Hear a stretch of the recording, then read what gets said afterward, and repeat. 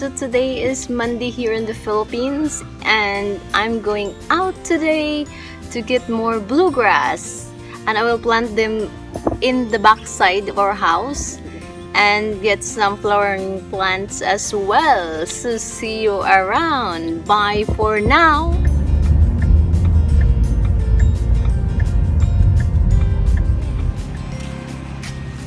Kanang dili kuan ako, kanang dili sa ilalom ba?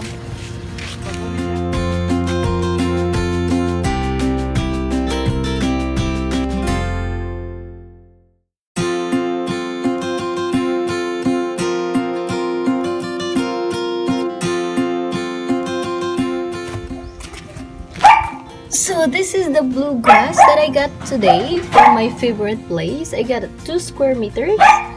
And this one is a whole square meter. I guess there's 9 pieces in here.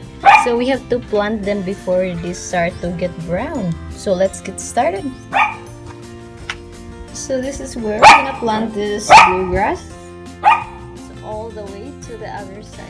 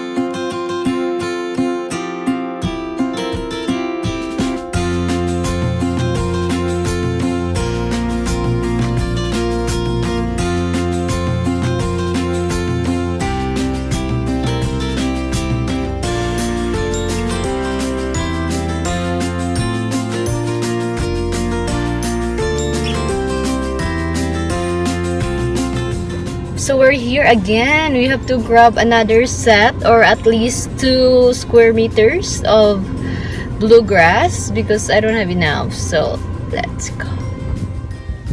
So this is my second batch of bluegrass. Now we have to unload them. Okay, here's my 2 square meters.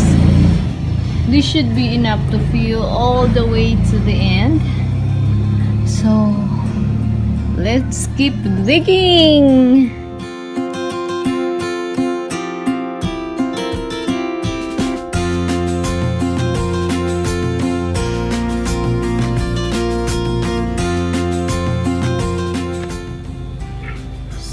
So this project is done.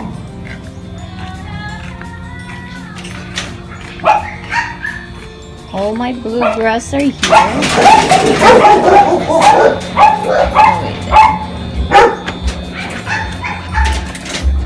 So, and my dog Mocha, of course, as always.